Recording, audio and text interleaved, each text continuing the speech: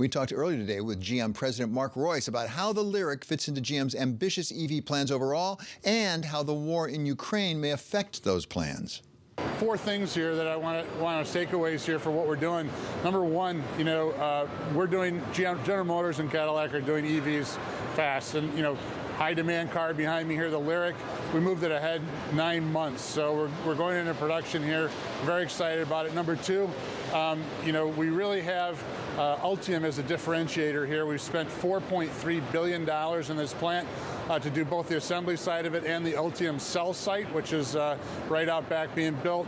And the Ultium platform is really modular. It's a dedicated platform. We can do everything from our Hummer that we're now producing, to the Lyriq, to the Equinox, to even lower roof vehicles and everything in between. So we're very agile. We spent the time and money to do our dedicated platforms, huge differentiator for us. And then finally, the Cadillac piece of this is the first real pivot point for an all-electric Cadillac brand. So the Lyriq is extremely important. Obviously, you've got some very ambitious plans at General Motors for electric vehicles. This is an important part of it. Can you give us a sense of how big a part of your overall EV plans this will be? I believe that by mid-decade, you said you wanted to do 2 million EVs, 1 million in the United States. How many of those do you expect will be Lyriqs?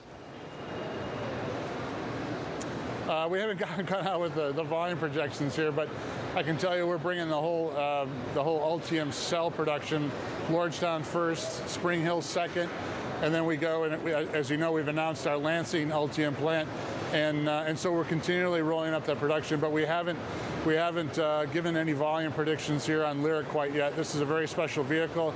It's going to be very high quality and relatively high volume. So we know the interest is there, so we're doing everything we can to get the raw materials and the supply chains in place, which we have for things like nickel and lithium. And then we're moving into launching the cell plant itself. So let's talk about the nickel, lithium. There are various component parts, commodities. They're really under question right now. There already were issues with the commodities before the war in Ukraine. Now we have issues not only with nickel and neon, but also even, as I understand it, wire harnesses from Ukraine. How much will the war in Ukraine, you expect, affect your plans for Lyriq and your larger plans for electric vehicles? That's a great question, David. I think as you mentioned, the unfortunate circumstance of the war has shown a light on some of those things. But we've been around for a while, and so we are not one-dimensional on our supply chain. Our suppliers are one of our best resources. We've got over 20,000 suppliers here in General Motors, moving about $88 billion worth of materials. So we're not new to this game. We have great people, we've got great suppliers, and so we work hard on that every single day, regardless of what the geopolitical condition is. So, it's never over, it's never safe, it's never complete. So we work on that every single day. So Mark, what is it doing to the input prices on things like, for example, nickel, which we saw shoot up? We've heard some electric vehicle manufacturers say that some of the prices are just ridiculous at the price. Is it affecting the prices that you're going to have to pay, and therefore, ultimately, perhaps the price of a car like the Lyriq? Well, I think, David, if you look at those rare earth materials, they're not bought on a daily basis. They're bought on a projected supply and demand basis, years and sometimes months and years ahead of time. And so when we look at those, we try to secure those for the next 5+ years. So you may not see it today, you may not see it tomorrow, but those price fluctuations, are there because of some of the things that are happening in the world today. But we try to have those contracts in our suppliers on a long-term basis.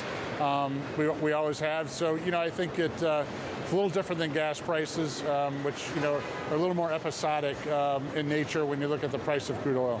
Are there particular inputs that you're concerned about, particular rare earths or others that you're most worried about?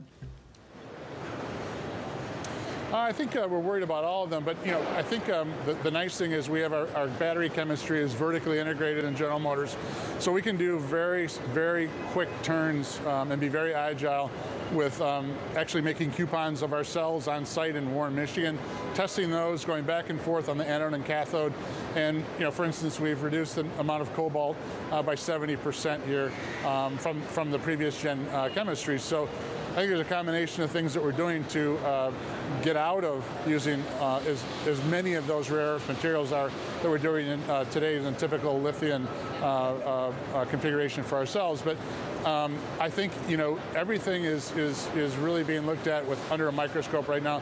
I'm not sure there's one of those that stands out to answer your question, but we're worried about all of those, and we should be. You have to really be looking at that every day on all fronts. It's not just commodity prices such as nickel or neon and things that are going up. It's also the price of oil and price of gas. Are you seeing that reflected in some of the demand for electric vehicles? You said that you sold out already on the Lyriq. What sort of level of demand are you seeing, and specifically in like reservations? I think, well, our reservations open on May 19th, so I'll have a better idea of what the actual reservations are, which I think is the real telltale on it. But we've got over 200,000 people that saw the car for the first time that are interested in it, gone to our website, and are waiting for those reservations to open. So it's a very exciting time for us. The gas prices, I think we're always cautiously watching that. Is the gas price situation today an accelerant? It may be an accelerant in interest, but you never want to look at, I don't think, gas prices as an episodic change in those never really manifests itself into a long-term purchase decision, because cars are, those are a big part of everybody's life, and cost, biggest investment for a lot of people other than their house, so second only to their house. So they have to come up and have a sustained level of that to see the actual adoption as people get in and out of cars. But I would say the interest in EVs is definitely spiking because of some of the gas prices we've seen over the last 3 weeks.